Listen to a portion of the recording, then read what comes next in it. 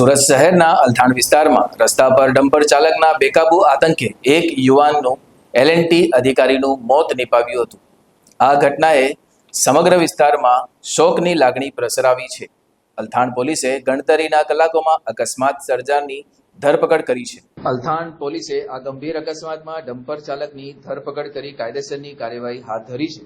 પોલીસના જણાવ્યા મુજબ ડમ્પર ચાલકનું નામ રામ નરેશ યાદવ છે, જેને ઘટના બાદ તાત્કાલિક ઝડપી લેવામાં આવ્યો હતો।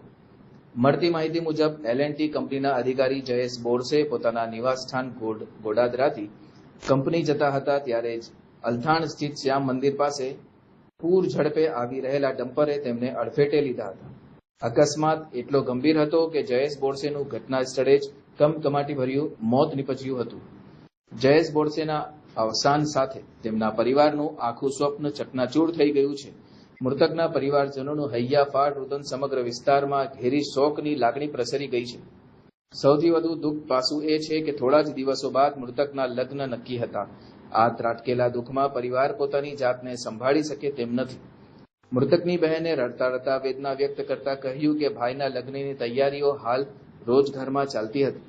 વાત વાતમાં તે આવતા મહિનાની આનંદની વાતો કરતો હતો। અહીં તો ભાઈએ કાળ બની ડમ્પરે મોતના ઘાટ ઉતાર્યા।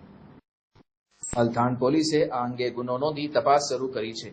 પોલીસ તપાસમાં બેકાબુ ડમ્પર રસ્તામાં શા માટે પૂર ઝડપે હતો અને અકસ્માત માટે જવાબદાર અન્ય કોઈ કારણો હતા કે કેમ તેની તપાસ કરવામાં આવી રહી છે।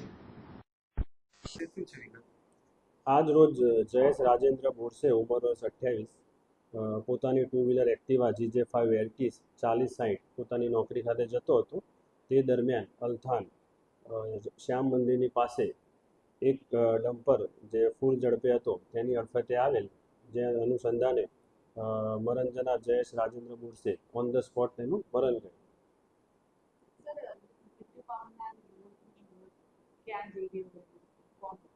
એ પોતે પોતાના નિવાસ સ્થાનેથી L&T કંપની છે હજીરા ખાતે આવી ત્યાં જતો હતો। જયેશ રાજેન્દ્ર બોરસે છે, ઉંમર વર્ષ 28 છે અને પોતે ડિઝાઇનર એન્જિનિયરિંગનું કામ કરે છે।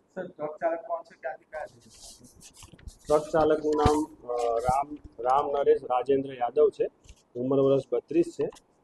તે ખંજરોલી ખાતેથી કપચી ભરીને અલથાણ ખાડી પાસે જઈ રહેલો હતો।